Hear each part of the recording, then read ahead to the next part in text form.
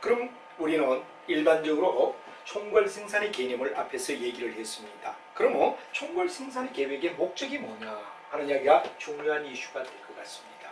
목적이 뭐냐 하는 이야기가 되겠죠.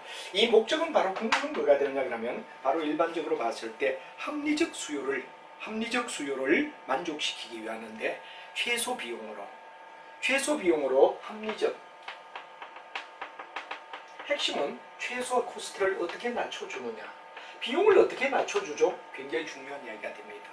작은 비용으로 이 말이죠. 그 다음에 합리적 수요를 갖다 우리가 얘기하는 그러면 바로 충족시켜준다. 합리적 수요를 충족시켜준다. 이게 되죠. 근데 여기서 전제 조건은 반드시 뭐가 되느냐? 중단기 수요 예측이다. 바로 예를 들어서 우리가 갑자기 왜 되느냐? 수요가 중기나 단기로 이해되느냐? 그럼 급증했을 때는 우리는 잘못하면 비용이 어떻게 됩니까? 오히려 올라간다라는 얘기를 했죠. 현대자동차가 300만 대 생산을 했는데 400, 500의 수요가 늘어났다.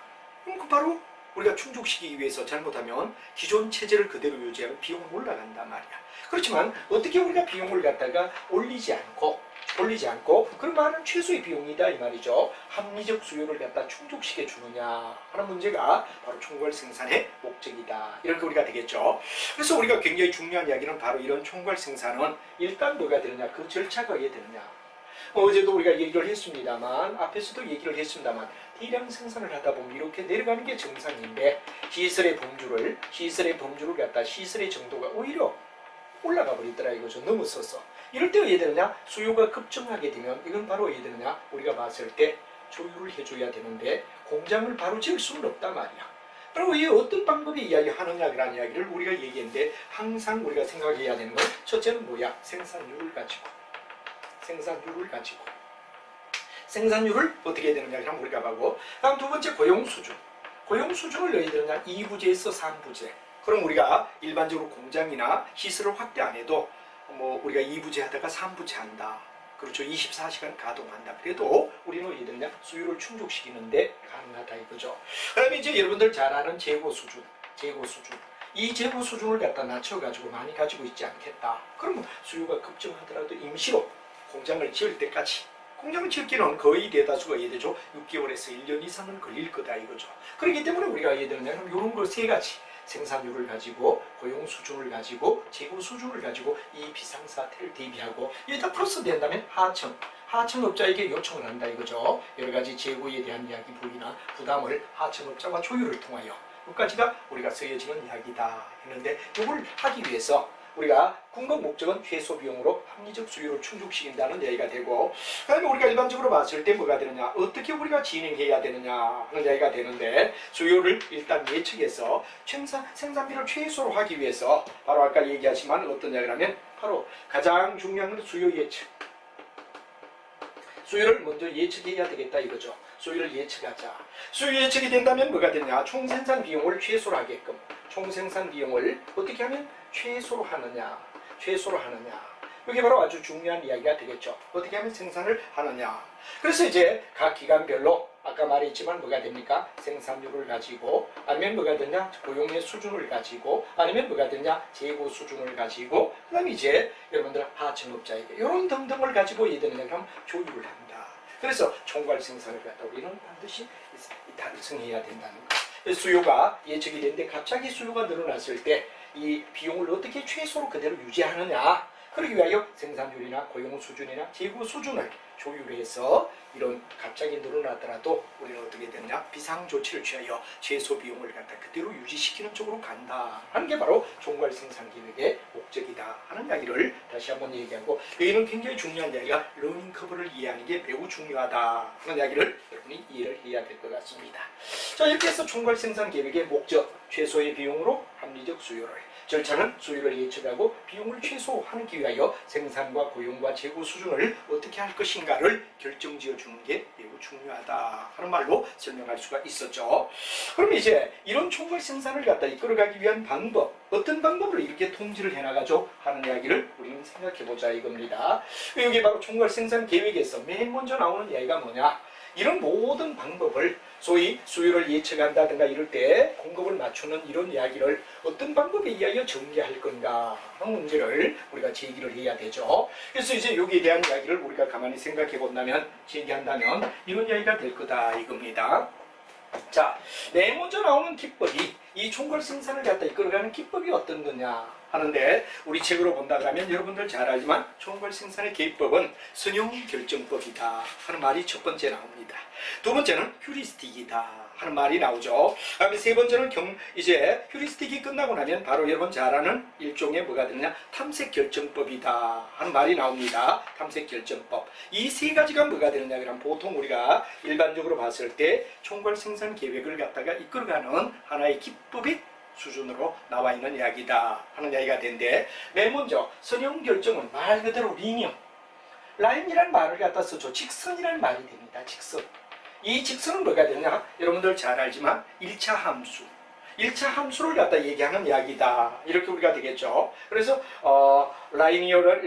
리온이라는 말을 갖다 쓰는 여러분 중요한 이야기는 바로 선형은 바로 뭐를 갖다 얘기하느냐 그런 얘기가 되죠.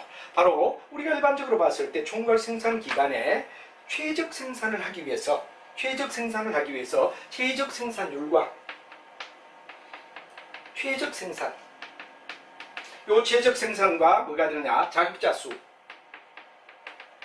이 두 가지를 갖다 변수로 놓자 이거죠. 변수.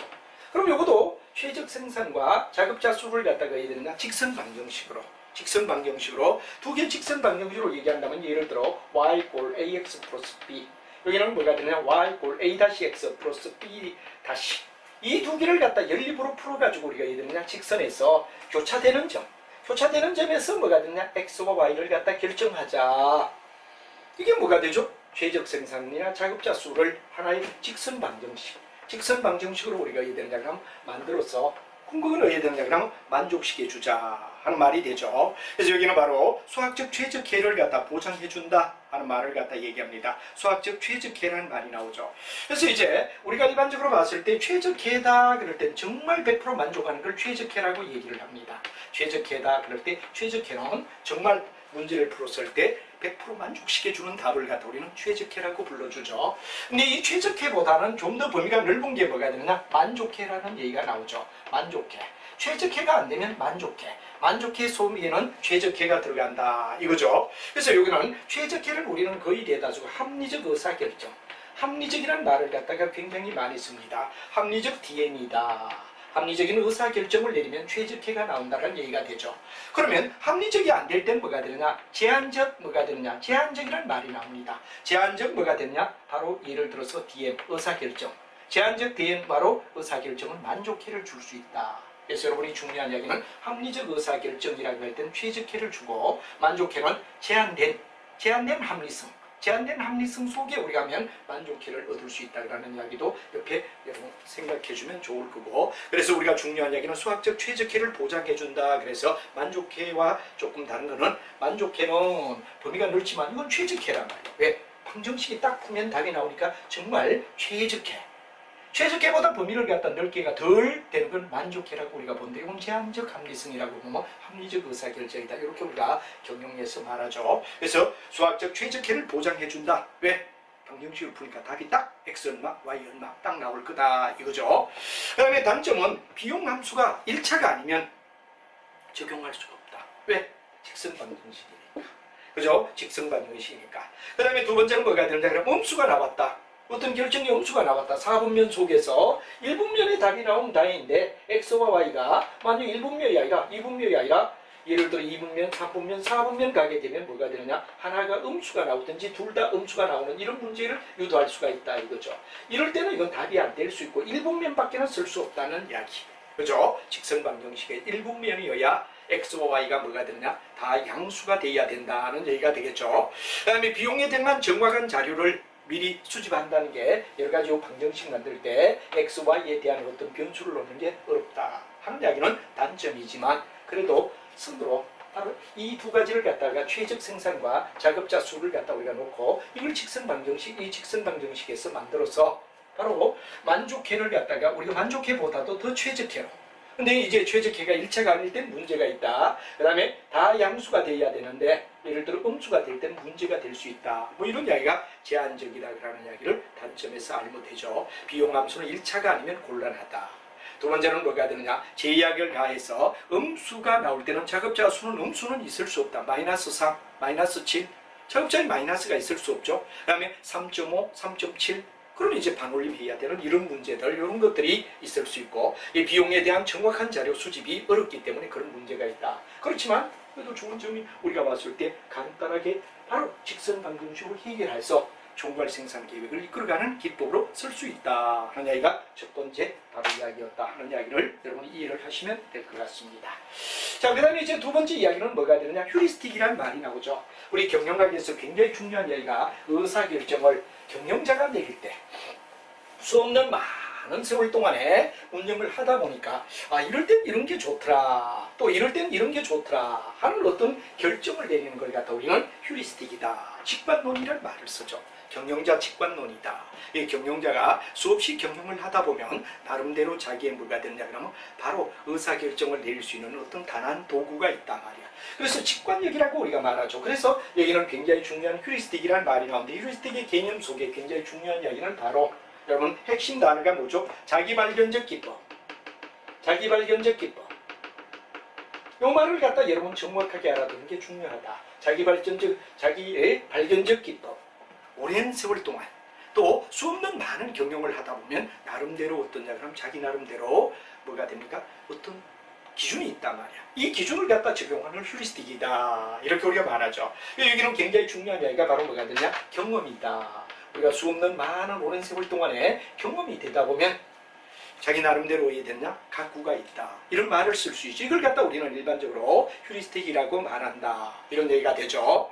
그래서 이제 휴리스틱은 바로 특징을 갖다 우리가 본다 그러면 선형 계획은 바로 직선의 방정식을 갖다 이해하는 바로 뭐가 되느냐? LDR. 선언 리니어 디시전 뭐가 되니까 프로그램을 갖다 얘기하는 룰이다. 그런데 이 선형 결정에 비하면은 뭐가 되느냐 그러면 휴리스틱은 비용의 성격에 아무런 제한을 가할 수가 없다. 단식 경험.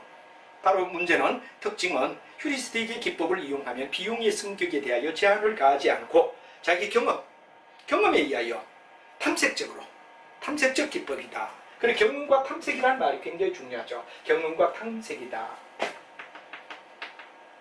수 없는 경험과 탐색에 의하여, 이 탐색에 의하여 하는 거지 직선 방정식으로는 푸는 게 아니다 하는 말이 되죠. 이걸 이해를 하자 이겁니다. 그 다음에 이제 이런 것 중에 휴리스틱은 이런 얘기로 하는데 그 중에 대표적인 게 뭐가 되냐? 바로 경영계수 이론이다. 이런 말이 되죠. 이 경영계수 이론을 쉽게 얘기하면 뭐가 되느냐 그러면 직관적 판단을 수없는 많은 세월 동안에 직관적 여러 가지 판단을 할 거다 이거죠. 이런 직관적 판단을 뭐 하느냐? 그럼 바로 하나의 포괄했다. 자기 나름대로 해야 되느냐? 그럼 모일 때는 뭐 직관적 어떤 판단을 갖다가 하나의 포맷을 만들어줬다. 이럴 때 경영계수 이론이다. 이런 말을 쓰게 되죠. 그래서 이제 여러분들 잘 알지만 뭐가 되느냐? 뭐 여러 가지 우리가 봤을 때 수많은 경험을 갖다 가져오다 보면 바로 경영자가 직관적 판단 포함을 한다 이거죠. 그래서 여러 가지 다중회계 분석에 의하여 생산율과 자급자 수를 어떻게 결정을 하는데 최적에 가까운 요때는 요거 얼마, 요때는 요거 나름대로 이렇게 직관적 판단을 포맷해가지고 만들어주는 게 개념이다. 그런 얘기가 되죠. 그래서 이제 의사결정 규칙을 계량화한다든가 자기 나름대로 이럴 때는 이래, 이럴 때는 이러. 바로 의사결정을 갖다 계량화한다는 말에 첫 번째 줄을 꺼주면 되죠. 두 번째는 의사결정 규칙을 갖다 피드백 가능하다. 맞나? 이게 맞느냐? 수없이 많이 하다 보면 이때는 이렇게 하면 좋아. 이런 어떤 피드백이 가능하다 이거죠. 그리고 이제 우리가 중요한 이야기는 뭐가 되느냐? 1차에 뭐가 되느냐? 비용함수에 갖는 바로 어떻습니까?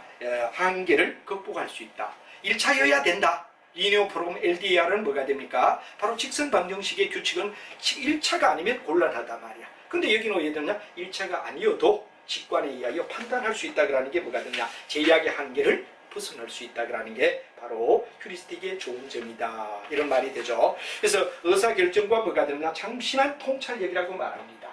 궁극은 해시금을 얘기한다 그러면 여기가 뭡니까? 여기 결론의 이야기, 경영계수 이론의 결론 이야기는 뭐라고 얘기할 수 있느냐 그러면 의사결정 과정의 바로 쉽게 얘기하면 의사결정 과정을 갖다가 얘는 참신한 통찰력으로, 참신한 통찰력이다 하는 말이 우리 책에 나와 있죠. 이걸 갖다 여러분이 정확하게 알아서 의사결정을 참신한 통찰력에 의하여 이끌어가는 게 경영계수이론이다 하는 말에 정확한 정답을 알아두시면 될 겁니다.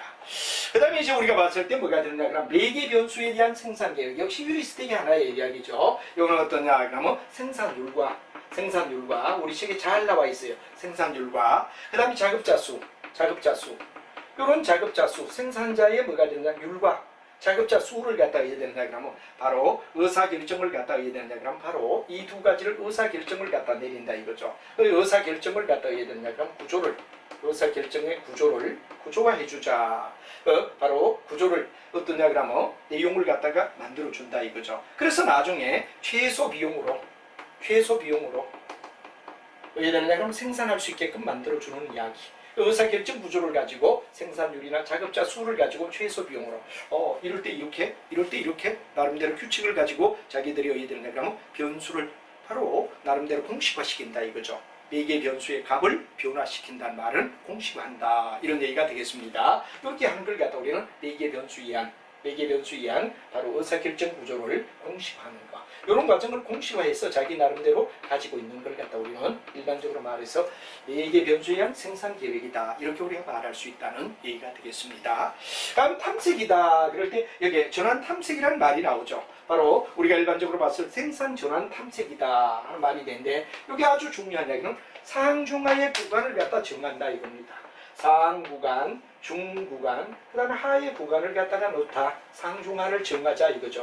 그래서 우리가 중요한 이야기는 이렇게 정해놓고는 상보다 크다. 상보다 클 때는 상만큼. 하보다 작을 때는 뭐가 되느냐? 하만큼. 그 다음 뭐가 되느냐? 그럼 우리가 봤을 때 하보다 작으면 하만큼. 상과 뭐가 되느냐? 하 사이는 중간을 갖다가 중간만큼. 이걸 갖다 우리가 정하라. 상 이상일 때는 뭐가 되느냐 그러면 상만큼만, 하 이하가 될 때는 하만큼만, 그리고 상과 하 사이에는 중을 갖다 취한다. 이게 뭐가 되느냐 그러면 바로 생산 전환 탐색법에 나오는 중요한 상중하. 상 이상이 될 때는 상만큼, 하 이하가 될 때는 하만큼, 그리고 상과 하 사이에 있을 때는 중을 갖다 취하라. 그러는 게 바로 생산 전환 탐색법이라는 말에 의하여 우리가 정리해주는 주요한 이슈가 된다는 이야기를 여러분이 이해를 하시면 충분히 무슨 말인가를 알 수가 있다 하는 이야기가 되겠습니다. 이렇게 해서 우리가 휴리스틱은 아까 마치 뭐가 되느냐 직선 방정식을 갖다 리니어 프로그램 들을 때 우리는 두 개의 어떤 매치를 갖다 이용해가지고 바로 직선 방정식으로 우리가 풀었다 이거죠. 그래서 라이니얼 그런 말 선형 결정법이라는 말을 썼다면 여기는 휴리스틱은 바로 경영자 직관론에 의하여 수많은 길가에 의하여 자기 발견 기법에 의하여 경험을 토대로 여기 경험에 의하여 탐색한다. 다음에 여러 가지 수 없는 많은 직관 판단을 포함해서 의사결정과 참신한 통찰력을 이용한다는 말이 되고 생산율과 직업자 수를 어떤 구조를 가지고 최소 비용을 갖다 취한다 그러면 이런 것들이 매개 변수의 생산 계획이고 생산 전환 탐색은 바로 상중하라는 이야기를 나누고 상보다 많을 때는 상만큼, 하보다 작을 때는 하만큼, 상과 중 바로 하 사이가 될 때는 중만큼만 생산하는 기법을 쓴다. 이런 게 바로 여러분 중요한 생산 전환 탐색법이라는 말을 쓰고 세 번째는 휴리스틱은 직관론. 아까 직선 방정식. 세 번째는 뭐가 나오죠? 세 번째는 여러분 잘 아는 뭐냐? 탐색결정법이라는 말이 나옵니다. 이때 탐색결정법은 바로 중요한 뭐가 되냐? 컴퓨터라는 이야기를 갖다 여러분이 알아둬야 된다. 바로 컴퓨터 이하의 모든 문제를 갖다 의사결정을 갖다 맡기자. 컴퓨터 이하여 모든 내용을 갖다가 바로 우리가 일반적으로 봤을 때 뭐가 됩니까? 갑자기 수요가 팍 늘어났다. 예를 들어 아까 얘기하던 뭐가 되느냐 그러면 총괄 생산 계획의 단계에 왔을 때 컴퓨터를 이용하자 하는 이야기가 바로 굉장히 중요한 이야기. 뭐를 결론을 한번 내려본다 그러면 지금 얘기하고 있는 이야기가 뭐죠? 그렇죠. 바로 생산에 대한 이야기, 생산율과 자급자 수를 뭐에 의하여 결정하자 그러느냐 하는 이야기가 되는데 컴퓨터에 의하여 결정하자. 이 컴퓨터 통해서 생산율과 자급자 수를 결정하는 걸 탐색결정법이라 불러준다. 아까 직선 방정식, 경영자의 직관론. 그리고 세 번째는 바로 생산 뭐가 됩니까? 탐색결정법은 컴퓨터에 의하여. 이런 말이 되겠죠. 그래서 이제 컴퓨터에 의하여 바로 결정한다는 이야기. 핵심은 컴퓨터에 의하여 모든 걸 갖다 결정하도록 하자. 하는 얘기가 바로 탐색 결정에 아주 중요한 이슈가 된다는 얘기가 되죠. 그 다음에 이제 우리가 봤을 때 뭐가 되느냐 그러면 이 특징 속에서 보면 어떤 체계적인 탐색을 위해서 패턴이 이미 잡혀 있다. 패턴이 잡혀 있다. 패턴 서치라는 말을 갖다 쓰죠. 패턴 서치. 그래서 체계적인 이미 수없이 많이 해오다 보면 체계적인 어떤 패턴이 정해져 있다는 얘기가 되죠. 그래서 바로 패턴이라는 말을 갖다 패턴 그 다음 뭐가 되느냐 설치 프로그램이다 하는 얘기 약자로 써서 PSP라는 얘기를 갖다 우리가 쓸 수 있다는 얘기 이걸 알아두자 이거죠. 그 다음에 여러분들 이익 모형을 갖다 나타내는 의사결정의 규칙. 그래서 의사결정의 규칙을 나름대로 예전에 바로 만들어 놓는다. 이익을 구하기 위해서 어떤 의사결정을 할 건가를 알아두자. 컴퓨터로 쓰다 보니까 장점은 뭐가 되죠? 그렇죠. 우리가 봤을 때 뭐가 되느냐. 현실적인 분석이 가능하고 비용의 함수에도 적용이 가능하다. 현실적 분석. 컴퓨터를 동원하니까 현실적 분석이 가능하다는 얘기가 되죠. 그래서 현실적인 분석이 가능하다. 그러나 단점은 역시 사람이 아닌 컴퓨터도 기계란 말이야. 인간의 한계성. 일종의 뭐가 되느냐 기계의 한계성이라 그러죠. 인간의 한계성이 있듯이 기계도 한계성을 극복할 수가 없다. 이게 바로 뭐가 되느냐 그러면 우리가 봤을 때 단점이라고 말할 수 있다. 다시 한번 얘기하면 직선 방정식 아까 얘기하던 첫 번째 기법이 뭐가 되죠? 그렇죠 여러분들 선형 결정 기법이다. 바로 직선 방정식의 이야기.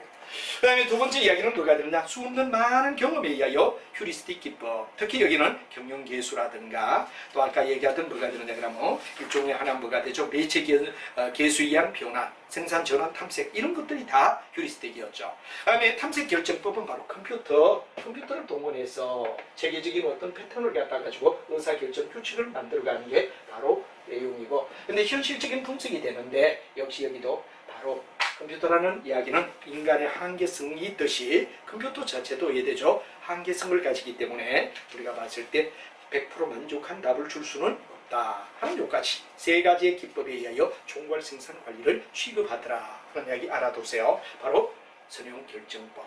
경영자의 수없는 많은 경험에 의하여 하는 것 휴리스틱. 그 다음에 컴퓨터를 동원하는 것 탐색 결정법. 이 세 가지는 각각의 문제점을 가지고 있지만 현재 바로 비상사태 선형 결정을 내리기 위해서는 이런 내용이 정리가 되어야 된다. 세 가지 기법을 우리가 여러분에게 얘기를 드렸습니다. 자 그럼 이제 다음으로 우리가 얘기를 갖다 우리가 쭉 해야 될 이야기는 연속될 이야기가 뭐가 되느냐 하는데 생산 일정. 한마디로 말하면 어떤 물건을 언제까지 해야 되죠 하는 일정 계획. 생산의 일정 계획.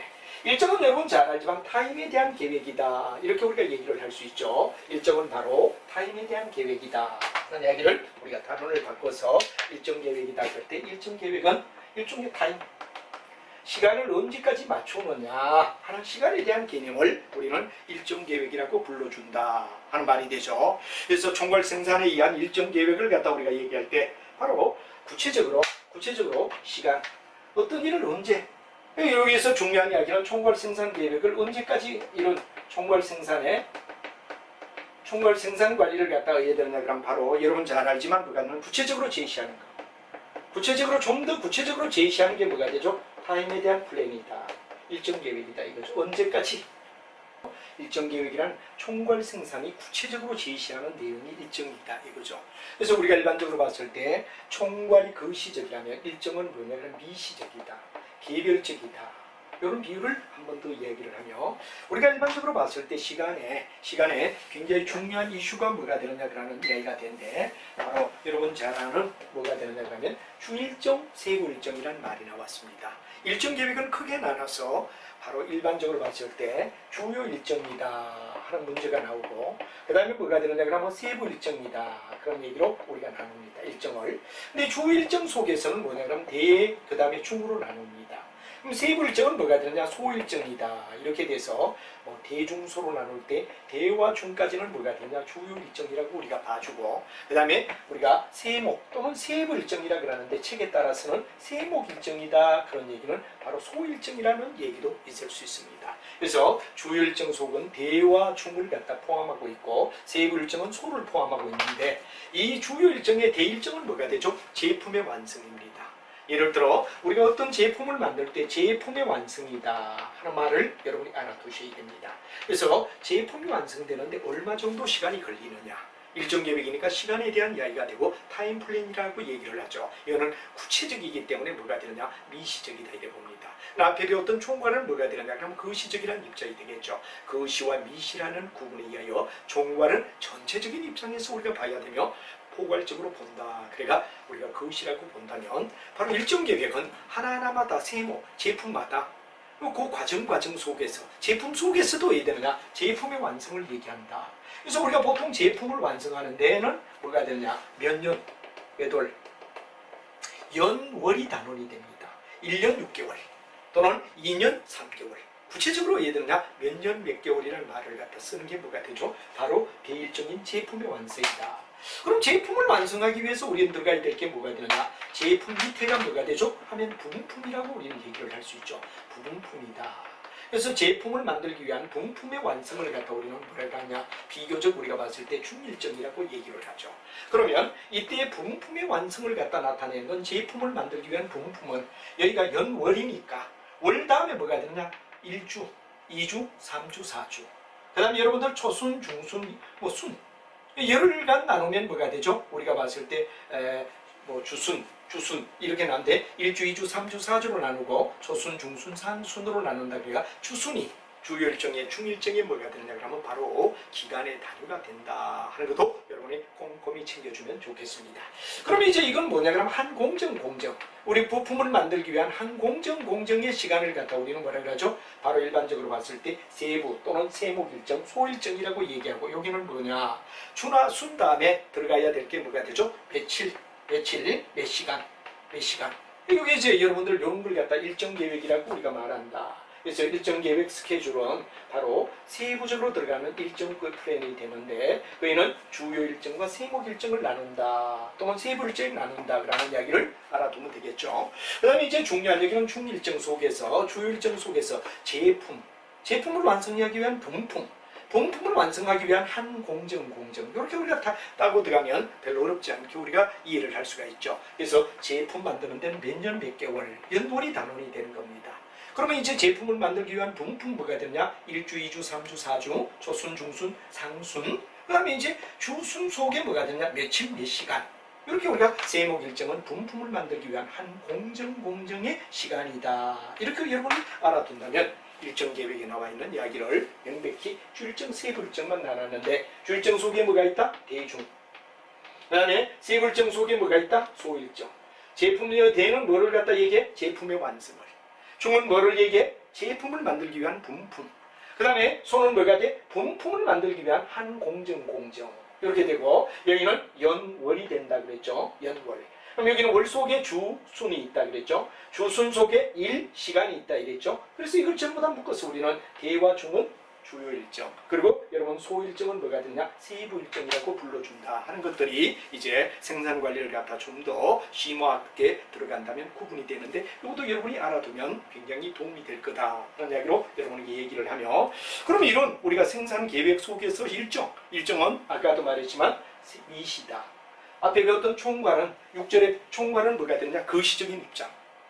생산 수준을 넘어서서 갑자기 수요가 급증할 때 대한 방문책이었다 이거죠. 그러면 이제 거기에서 이제 미시적으로 하나하나의 일정을 갖다 우리가 잡아준 게 생산 일정 계획이다 이렇게 되고, 그럼 이런 일정 계획을 갖다 우리가 이끌어갈 때 그 하나하나 시스템마다 일정 계획에서 연속 생산 시스템이다 하는 말이 있어요. 연속이라는 얘기가 나오죠. 두 번째는 배치 생산이다. 배치가 어떤가 하는 이야기를 우리가 알게 됩니다. 그 다음에 세 번째는 주문이 왔을 때마다 이걸 갖다 우리가 어떻게 만들어 주느냐, 시간을 갖다 맞춰 주느냐 하는 게 주문 생산 시스템이라고 말하죠.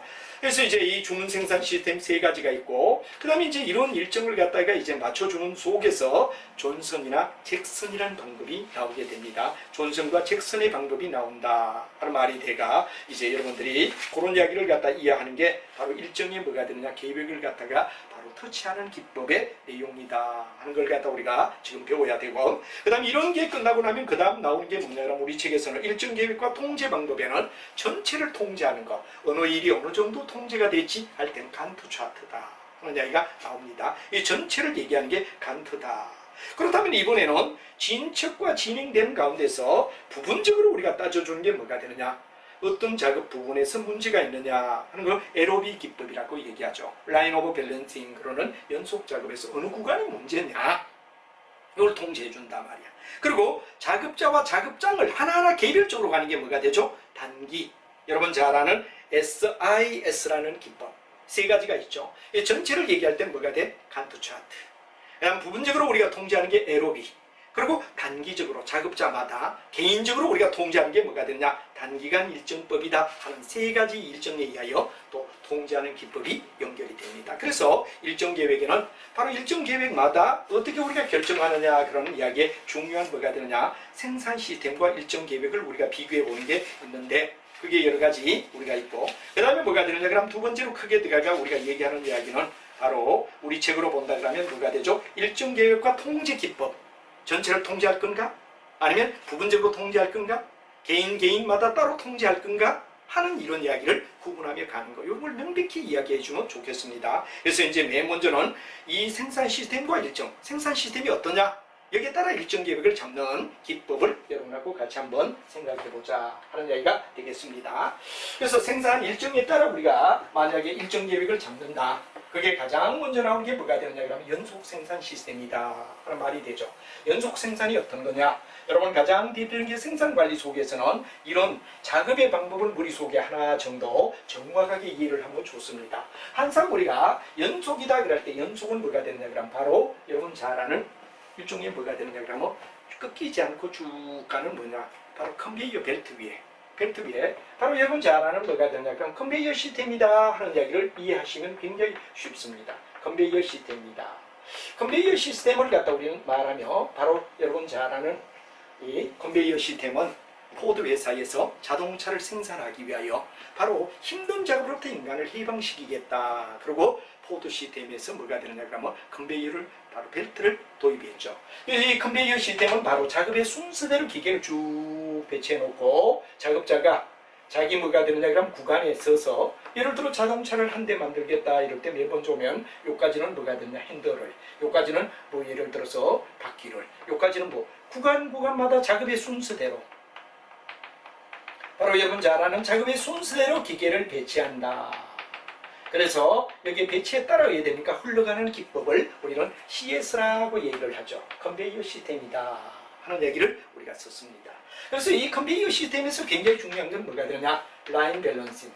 바로 일종의 한 구간마다 라인 밸런싱을 갖다 공정의 균형이라고 얘기를 하죠. 공정의 균형을 지키게끔 만들어줘라 하는 이야기를 우리가 앞에서도 얘기를 했고 바로 여기서 하나하나 그리고 그 CS에서는 뭐가 됩니까? 작업의 순서대로 기계를 쭉 하며 벨트 위를 갖다 흘러가게끔 만드는 연속 작업. 여기는 조립의 균형을 가지게끔 만들어준다. 포인트가 뭐가 되죠? 일정이 굉장히 중요한 게 조립의 공정의 균형.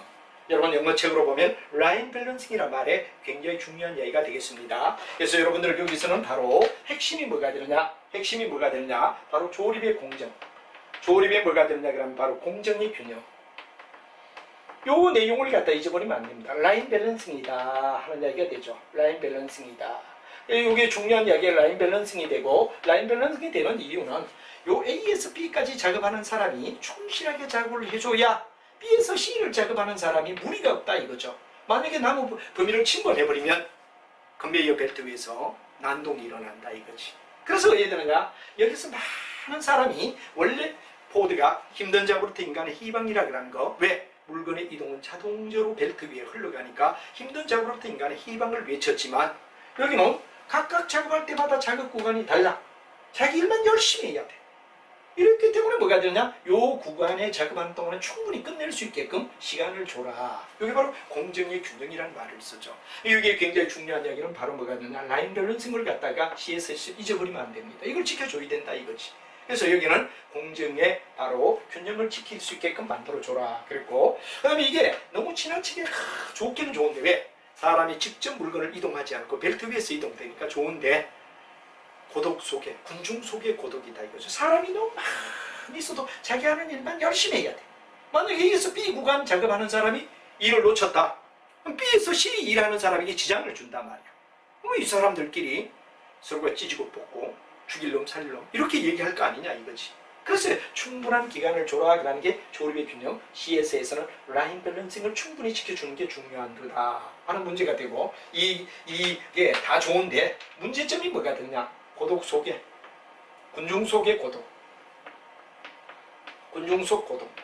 자, 군중이 이렇게 있지만 고독하다 이거죠. 왜? 사람은 많아도 자기와 같이 뭐 이렇게 얘기 나누면 일하기가 어렵다 이거죠. 그리고 지역만 넘어가면 야단 나는 거예요. 그래서 컨베이어 시스템이 힘든 작업으로부터 인간의 희망이라는 모순은 달성해줬는데, 문제점은 뭐가 되느냐? 바로 조립의 균형을 지켜주지 않으면 막 분쟁이 일어나고 고독, 군중 속의 고독이다, 그런 문제를 가져온다 이거죠. 그래서 바로 연속 생산에 이런 문제가 있어요. 라인 밸런싱을 반드시 지켜줘라 그러는 이야기. 작업의 순서대로 기기를 개최하는 게 바로 연속 생산 시 CS의 문제고 정의고, 여기는 굉장히 중요한 게 조립의 바로 공정의 균형을 가지게끔 만들어줘라. 그래서 이게 단점을 보충한 게 뭐가 되죠? 배치입니다. 배치는 그래도 막 흘러가게끔 가는 게 아니라 흐르는 과정은 똑같은데 어떠냐?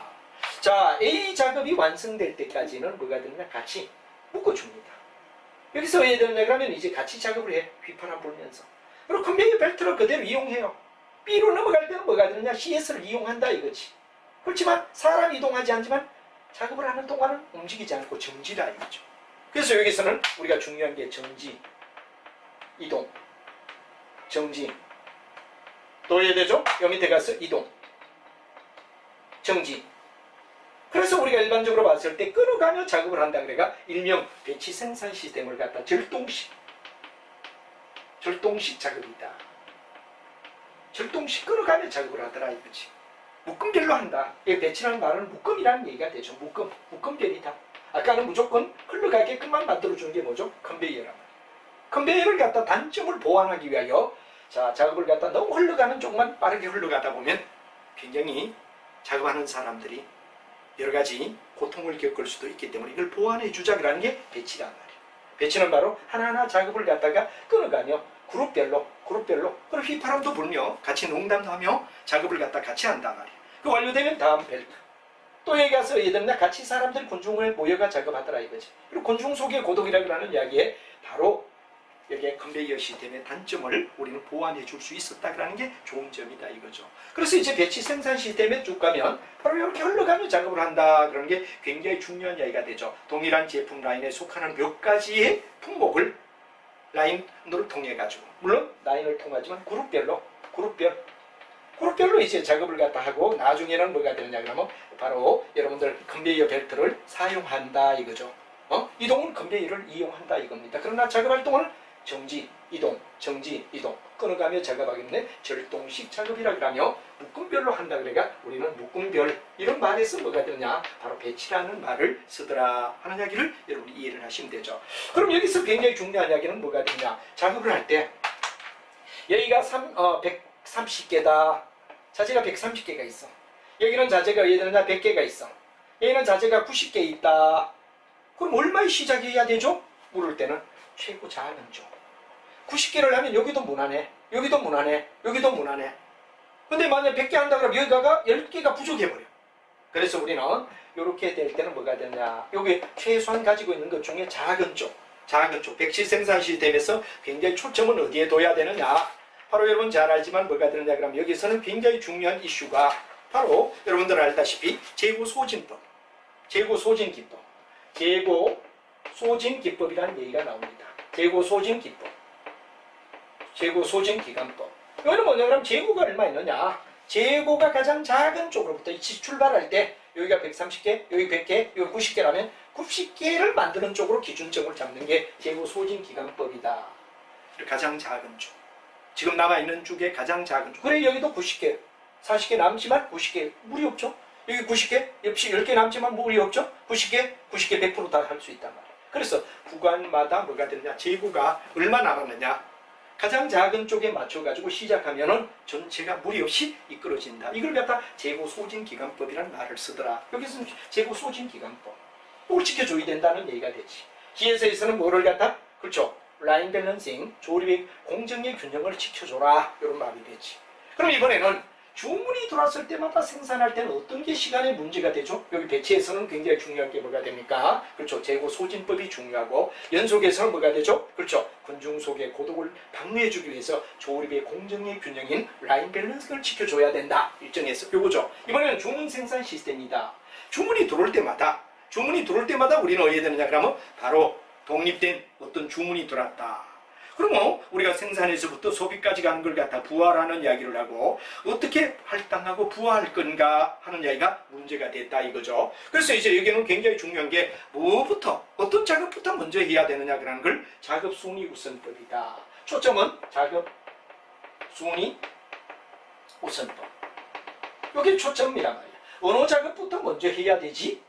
여러 가지 작업이 있을 때 작업순위 우선법에 의하여 주문 생산, 배치하다고 다릅니다. 배치는 재고 소진법입니다. 그럼 주문 생산에서 굉장히 중요한 이야기는 뭐가 되느냐 그러면 긴급률이라고 이야기가 나오죠. 긴급률이란 말은 critical ratio라는 말을 갖다 써서 긴급률인데, 긴급률은 어느 쪽이 더 급하냐, 그러는 긴급률을 우리가 한번 살펴보자 이거죠. 긴급률은 바로 작업에 있어서 어느 것부터 먼저 하느냐, 하는데, 요 주문 생산에서 긴급률을 우리가 가만히 보면 우리 책에 나와 있죠. 긴급률을 우리가 한번 가만히 보도록 하죠. 자, 여기는 일단 긴급률을 우리가 여기서 가만히 본다면 긴급률은 요겁니다.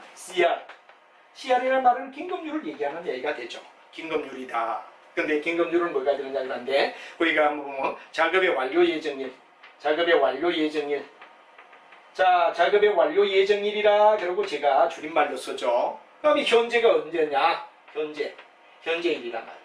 그래서 작업의 완료일과 현재일의 이런 뭐가 되느냐 그러면 잔여 작업일수라고 우리가 말할 수 있다. 이렇게 되겠죠. 요거 재고 소진법 이제 이해를 하시고, 다음에 여기서 뭐가 되느냐? 그럼 잔여 뭐가 되느냐 그러면 바로 작업일수란 말이야. 잔여 작업일수. 자, 잔여 작업일수가 있고, 위쪽에 분자에는 뭐를 갖다 넣느냐 그러면 납기일과 다음에 현재일을 갖다 놔라 이거지. 현재일을 놔라 이거죠. 그러면 분자는 의미하는 게 뭐가 되죠? 바로 잔여 납기일이지. 잔여 납기일이다 이거죠. 잔여 납기일. 여기서 우리가 봤을 때 얼마만큼 잔여 기간이 있느냐 이거지. 그다음 잔여 작업 일수가 있고 이게 잔여 납기일이 있다면 이게 뭐가 되느냐? 긴급을 요하는 긴급률이다 이렇게 되죠.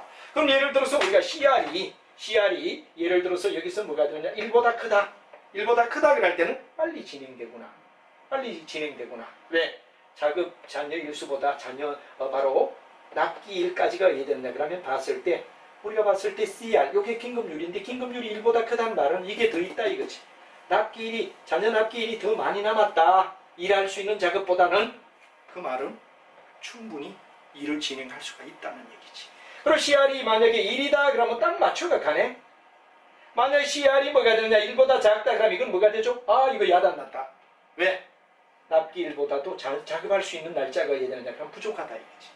그래서 우리가 뭐가 되느냐? CR이 1보다 클 때는 빨리 진행되고 있네. CR이 1일 때는 작업이 예정대로 되고 있네. CR이 1보다 작다 그러면 작업이 예정보다 지체되고 있구나.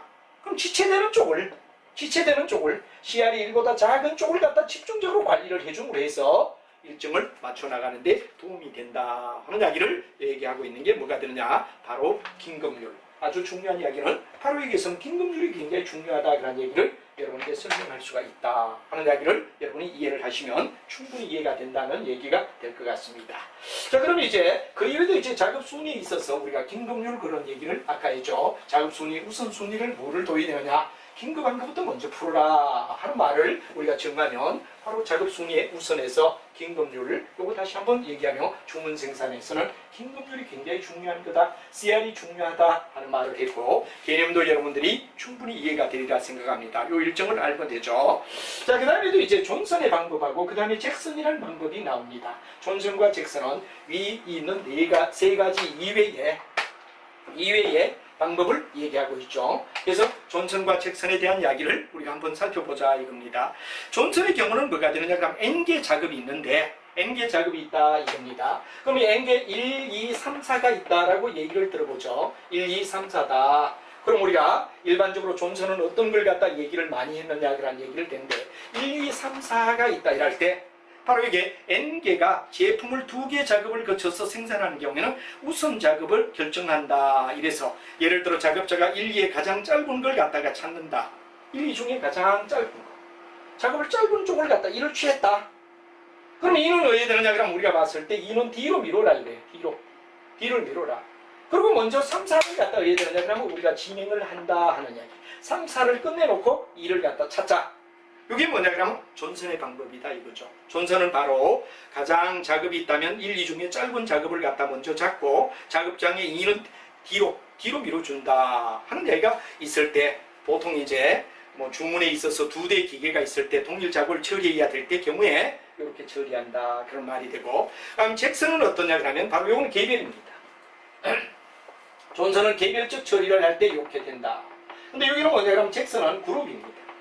그룹을 갖다 처리할 때 아까 존선은 개별적인 작업에 1, 2, 3, 4가 있을 때 이렇게 한다 그러면 여기는 그룹에 의하여 잭슨에 의하여 이끌어갈 때 어디에 되느냐 이런 얘기가 되죠. 여기는 바로 1, 2, 3, 4가 있다면 1, 2, 3, 4가 있다면 1과 2를 갖다 묶어서 먼저 한다 이거예요. 1, 2를 갖다가 먼저 묶어서 하자 이거죠. 그러면 이제 자연지어야 되느냐 그러면 3, 4, 5를 갖다 뒤쪽으로 밀어가는데 그럼 그룹으로 어디에 되느냐 그러면 묶어준다는 거. 이건 존선은 개별, 이건 잭슨은 그룹별로 묶어서 통제간다는 기법을 얘기하는 거다 그러는 건 여러분이 알면 일정 계획의 내용은 충분히 이해가 되리라 생각합니다.